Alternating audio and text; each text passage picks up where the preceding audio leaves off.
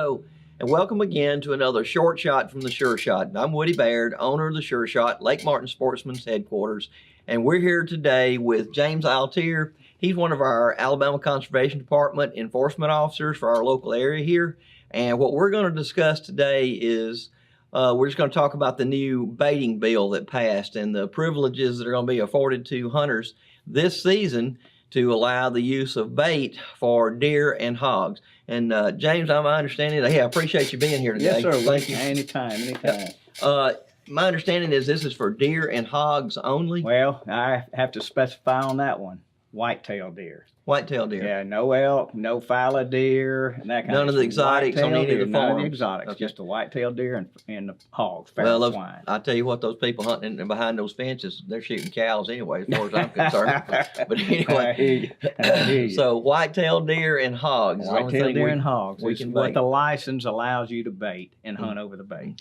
And my understanding is right now the license is going to be an additional $14. Yeah, for residents, it's going to be $14. For non-residents, it'll be $50 plus a dollar issuance fee. So $15. So $15 for resident, $51 for a non-resident. So what you're looking at, if you're going to want, if you've got a lifetime license, it's going to be kind of like the hip sticker. You're going to have to come in and get an additional addendum to your license and have that so that you can hunt over bait. And contrary to what's been going on to the last couple of years, the feeder had to be out of sight, 100 yards away and out of sight. This year, you can hunt right over it if you want to. And as long as you have that special license, because the way it's set up is the license is actually, it's just an addendum put on the 911-244, which doesn't allow hunting over bait. Right. And it's a kind of an exception as long as you have this license. And just like you said, any hunter, landowners too. There's no exceptions like landowner didn't have to have a hunt license to hunt on their own property. Right. A kid under 16 didn't have to have a license, but they have to have this license. So if they're under 16, they're not a licensed hunter and they're hunting over feeder, they have to have that license. That's okay, right. as far as issuing this, we're required to have a driver's license for somebody under 16. I don't know if, seems like I can't issue anything on the system without a driver's license. I have to have a driver's license to issue. So I guess if they're under 16, they're going to have to go to the probate judge's office. And if probably the easiest thing for the public is to go to www.outdooralabama.com and go into buying a license. And I've actually put it on my iPad. It actually goes into the step-by-step. You got an application if you want to fill it out and send it into the department. Okay. Or you can go to the probate judge or where you can get your license. Now, I hadn't run into like Walmart and those places like that. We haven't run into that yet. It hadn't gotten, but I'm sure we'll have some questions on. And if you don't have a driver's license, I would, like you talking about, you go to the probate judge or fill out that application and send it into our department, and then they can get it that way. Okay. Once you get this, it allows you, like I said, to use as far as my understanding is any kind of bait. You can use a feeder, and the bad thing is this is just my opinion. It was poorly written to a certain extent because they're not requiring you to put it in a feeder, and I just don't like the idea of pouring corn out on the ground because you end up getting all kind of problems with alpha toxin and stuff, and it doesn't affect the deer so much, but it does other animals in the woods. And so a responsible hunter, I would hope that a responsible hunter would put this in a feeder so it's protected and only limits a certain amount. It puts a certain amount out at a time, and that way you don't, the possibility of disease, the spread of disease, we're going to try and limit that a little bit. But, as far as, using your feeder, corn, rice bran, I guess peanut butter. I talked to the chief yesterday. There at our department, super guy. And he mentioned peanut butter. Where they used to cut the bottom out of a jar and stick it on a tree. On a tree. Yeah, that any kind of bait, the deer cocaine. Because I asked about that. The deer cocaine. Any of the attractants that you would have been written up for years before, had you been caught hunting over them. You can use those. The deer cocaine, any of the mineral blocks, the fruit blocks, any of the liquid stuff that you pour on the stumps and all. Right. Before we couldn't hunt over mineral blocks. We could hunt over white salt, we couldn't hunt over mineral blocks. Well, now you can hunt over mineral blocks. So I think this looks like it's from my perspective, like I said, it has good and bad connotations, and I just hope that people will be responsible with it and use feeders and do it right. And if you really want quality deer, the thing to do is to feed year round anyway. And if you feed year round, especially after the rut when the does have conceived, if you feed that doe and give her a good diet, then you're just improving the chances of that fawn surviving and coming out healthy and growing quick and that kind of thing. But is there anything else? Let me hit on some of the points that we can do. It's not, the license is not mandatory. Mm-hmm. So if you don't want to hunt by A to bait, right, you don't have to buy the license. If we catch somebody that's out there hunting and they are hunting over bait, but they don't have this license, now I can be charged with hunting without a license because it's just an addendum to the baiting law. They're going to be charged with hunting by the A to bait, 911-244. Right. So good they understand that. What would somebody be looking at for a penalty for that to kind of dissuade them? Well, it'd be minimum fine's $250 plus court costs of $200 something. So you're looking at because I just had a case and the cost fell over $400 something, and he was hunting over corn at the time. If he had the license, if the thing would have this year, he would have been fine. So you hear that? I mean, it just makes sense to spend that $15 and make it.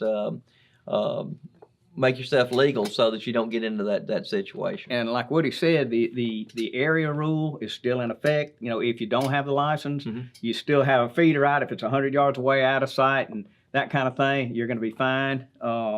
And there's, as far as the license itself, if you have a bait privilege license, there is no distance. In other words, if you have a corn sitting right up under your ladder stand, you're fine as long as you have the license. Right.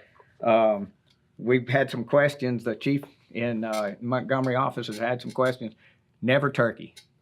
Yeah. So they're already asking, when are we going to be able to bake turkey? Never. You can't. That's okay. That's a whole different scenario. And what I got from the chief was never. Yeah. I already talked about that.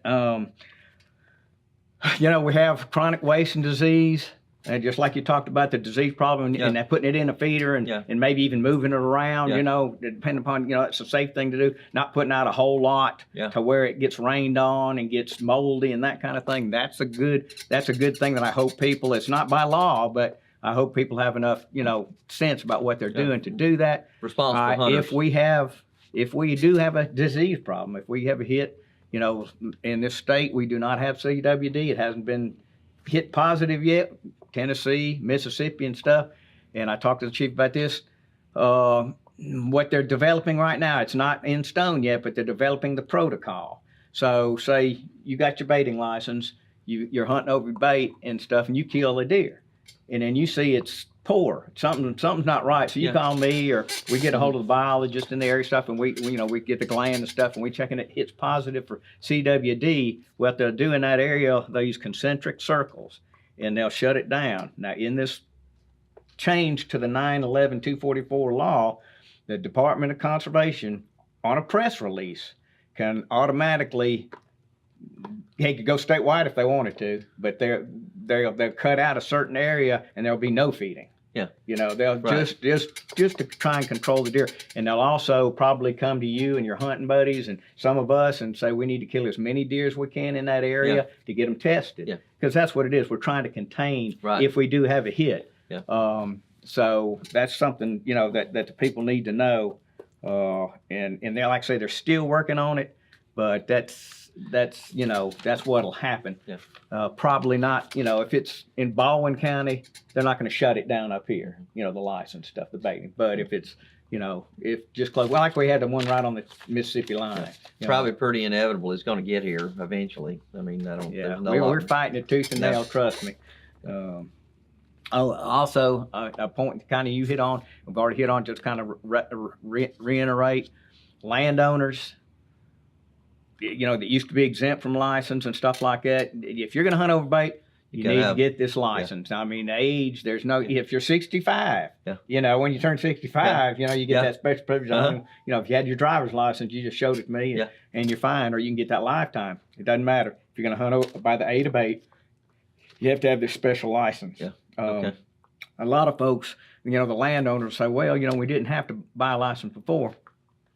That started, I asked about that, and it started back in 1907 when conservation really got going, and people hunted back then for subsistence. Right. I mean, they were living off the land and stuff like that. So the state didn't want to go in there, a landowner, that's farming, trying to raise his family on a piece of property or whatever, didn't want to go and say, well, you got to buy this license or do whatever. So that's kind of where that started, and it's kind of just kept on. So that's efficient too. That's the same thing with the early fishing with the cane poles and that kind of thing. That's what that did. But I can't, the question, if you have any other questions, I know non-target species. It's just white-tailed deer and feral swine.